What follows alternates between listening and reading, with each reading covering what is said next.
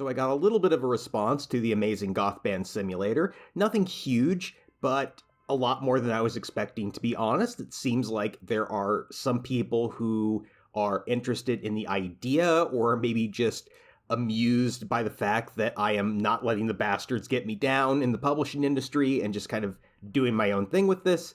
Either way, I am glad to have you on board, because we are now up to version 1.1. Yes, I have been playtesting this thing pretty much constantly since the last time I did this, since the last podcast, and I found bugs. I found so many bugs, most of them pretty small, albeit annoying, but I did find some really critical ones, and I will talk about those in just a little bit. I do have a few new options available for playing the game.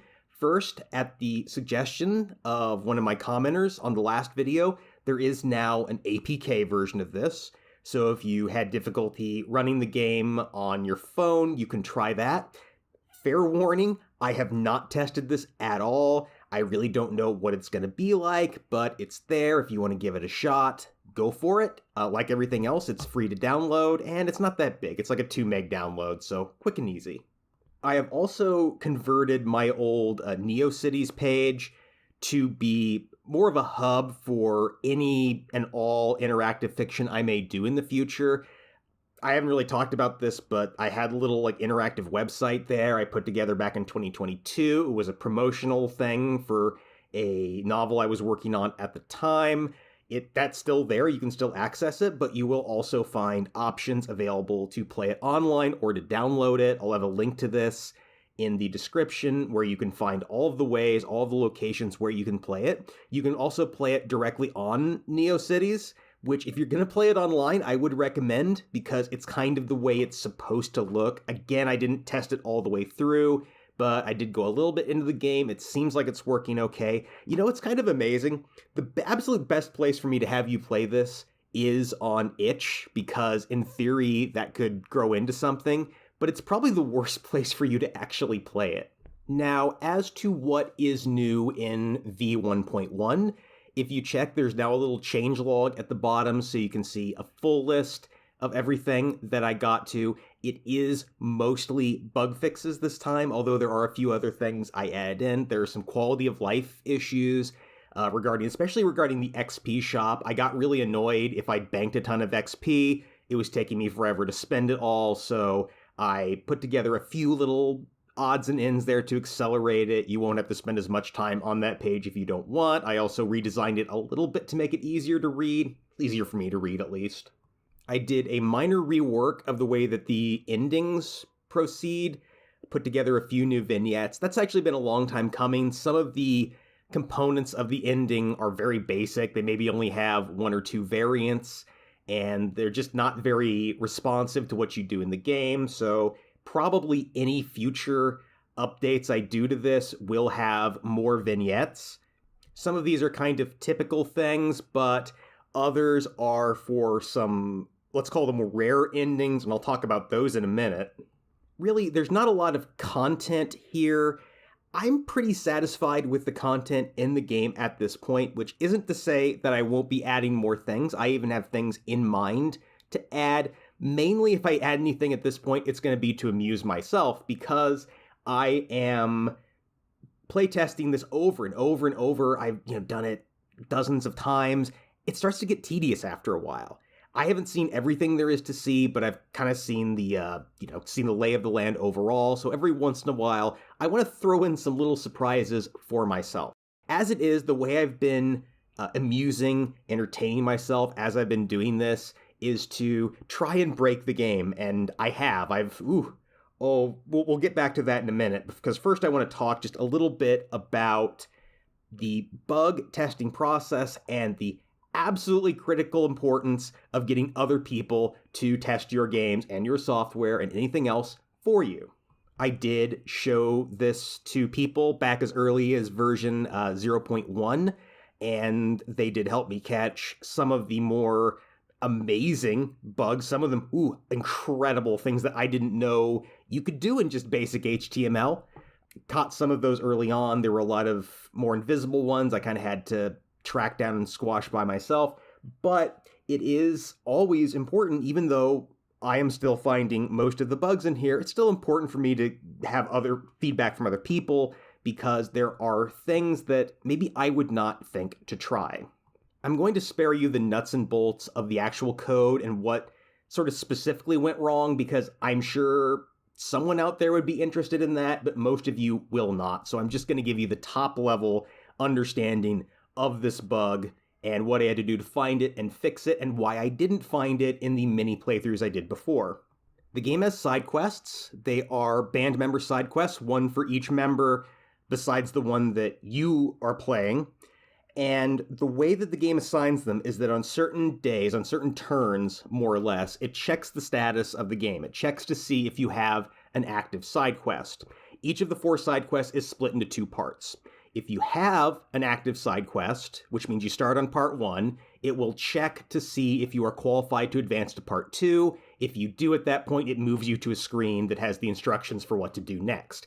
If you do not have an active side quest, then it moves you to like a little pass-through screen you don't even see, where it rolls one up at random of the quest that you haven't completed yet, and then it shows you a screen with a description of it and the choice to either accept it or to pass on it, and that is where the problem came up. There's a variable that tracks if you've seen a certain side quest before, if you've finished a certain side quest, but it's also used for another function, which is to make sure that if you turn a side quest down, that you don't immediately get the same one the next time you get the choice. So it increments it, or decrements it actually, by 1, and then the next time you encounter a choice for a new side quest, the game sees that that variable is negative, and that tells it to bypass it. So if it rolls that one up, then it ignores the result and rolls it again. This means that if you were to complete 3 of the side quests and then get offered the 4th one, reject it, then the next time you encounter that, the game is going to try and roll up a new side quest, but all 4 of them are disqualified. The only one it can give you is the one you rejected. The game freaks out, it doesn't know what to do, it goes into a loop, it breaks, and it dies. Like most bugs in a game like this, very easy to find, very easy to fix. It was a 2-minute fix, very simple thing. All I had to do was create a new screen so that if there's no valid choice, it just redirects you there and then sends you back to the decision screen where it picks a random event for you. Very simple, not difficult at all to fix that. There are other fixes I could potentially do in the future. I have considered adding a 5th side quest, which would completely fix this. It would have to probably be for the protagonist, if that would even make sense in context, if I could come up with an idea for it, but as it is, this works, and it works just fine. So why didn't I catch it? Well, 2 reasons. One, it's actually fairly rare to finish 3. This really only happens if you finished 3 side quests before the 4th and final act, which is quite unusual. There is an element of luck to all of these. 2 of them in particular are very luck-based. And it's not unusual for a single side quest to take multiple acts to finish. And as a result of which, it's rare that I would even complete 3 quests so early. A lot of games, I'm only finishing 2 in the whole game, maybe 3 overall. So it's not a situation that comes up.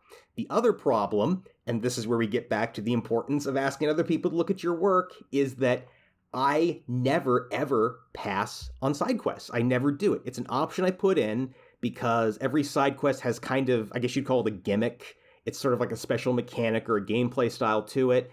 I know that some people are not going to like those, so they may encounter, like one of them, there's like this double RPS fight system that some people kind of struggle with. One of them uses an inquiry system that I put together where you have to talk to someone and ask them, give them certain prompts to get requests back. The point is, some of these are things that people might not care for, so I'm giving you the option. If you've seen one of these side quests before, you don't like the mechanics in it, you don't think you would benefit from the rewards, you have the option to pass it up. But I never did that until that very first time. And because of that, I never saw that there was a bug inherent to passing on a side quest. As someone who's dabbled in bug testing, play testing before, but never really got into it in a serious way, I do know that if you are serious about it, that is part of it. you have to view games the same way that like speedrunners do, or those people who try to play them backwards, which is you have to look at the game and just think, I wonder what would happen if I did this. I wonder what would happen if I jumped over here in this place you'd never jump. I wonder what would happen if I immediately turned around and walked back through the door. And once you've done that enough times, you start to spot just intuitively these areas where the game might break. I just haven't figured that out yet, but I may well get to that point at a certain juncture. I don't know. But on that point, I have managed to break my own game.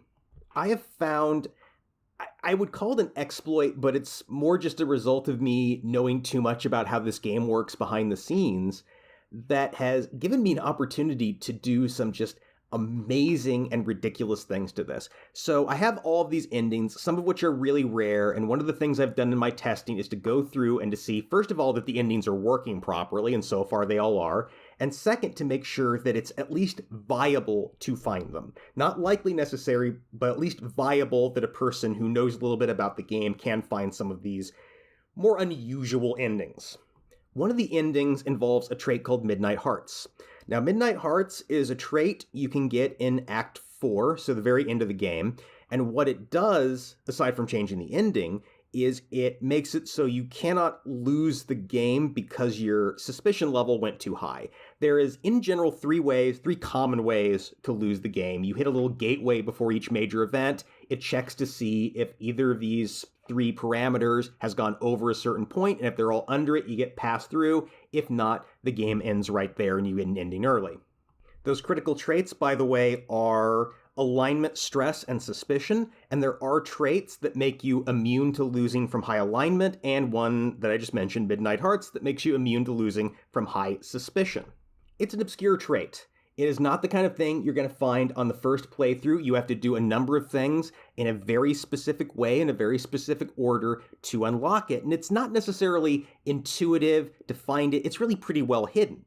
However, once you know how to get Midnight Hearts, it is very easy to get. You just have to do 3 specific things. They're not hard to do. There's no, big sacrifice. There's no big risk you have to take. You just do these 3 things. You get Midnight Hearts, and then you can have a suspicion level as high as you want and not lose. Well, if you know that Midnight Hearts is coming up, one of the things you can do is once you've gotten past the Act 3 gateway, so you're sure you're not going to lose there, you can just start to absolutely trash your own reputation. You can run your suspicion as high as you like. You can run your alignment as low as you like, because the only penalty from low alignment is it makes your suspicion rise higher. It also makes your band reputation go up really fast, and that lets you do some crazy things. You can push your alignment down into the core of the earth, to the point where in any normal game you would have completely screwed yourself, but in this case you're absolutely fine because it's not hurting you in any way. This in turn lets you do some really amazing things to some aspects of the game that I didn't think were even possible before now. So you get these little counts at the end of every act, or at the very end before you get to the last major event, that kind of tells you what's going on. It shows you what impact your actions have been having on the world at large. One of the ones for the one that appears in all of them is it tells you kind of how many members of the subculture you've recruited. It's mostly died before the game starts, but you have the opportunity to build it back up. The other thing that it can change in the end is the game ends at what's called Solfest. It's a big music festival, and it will tell you how many people are anticipated to show up based, again, on various stats you have. And here is the status screen I got the last time I played through this. Now, as far as the size of Solfest, canonically, it never went over 1,500 people in the novel, so I blew through that already. Now, as far as our neighborhood Gothics, the whole school, Northwest High, is 500 people. So half of the students are Goth kids. And you know what else? This was not even a perfect run. Like, I actually had a lot of bad luck, and I made a few little errors here and there. I could have done better here. So I want to challenge anyone who at some point in the future finds this. I want you, if you can find out how to break the game the way I did, I want you to try and beat these numbers. I want you to see, I want to see how crazy this can get. I actually ended up putting in a limit so that some of these things cannot go over 100%, because it would have been funny to see that, 130 people suspect, 130% of people suspect you. But, let's try to keep it rational. We can, get into situations where there's more than the entire town shows up at this music festival, and that'll be amusing to see, I think, but that's just a little challenge for you. Finally, a little note from real life. A big element in this game is the protagonist's sizable keychain collection, which I did actually have as a child, and I still have most of them.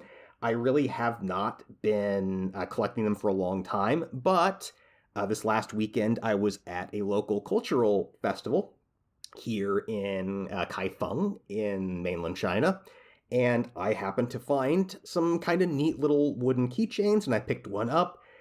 It almost seems like the kind of thing that would fit in with the game, right? I mean, it's kind of a neat little thing. Anyway, that's all I have for now. Again, if you have not checked the game out, go into the description. You can find a link to a website where you can see different options for trying it out. I would love to hear your feedback on this thing. And until next time, version 1.2, who the hell knows when it will come out, but make sure to subscribe so you will know first.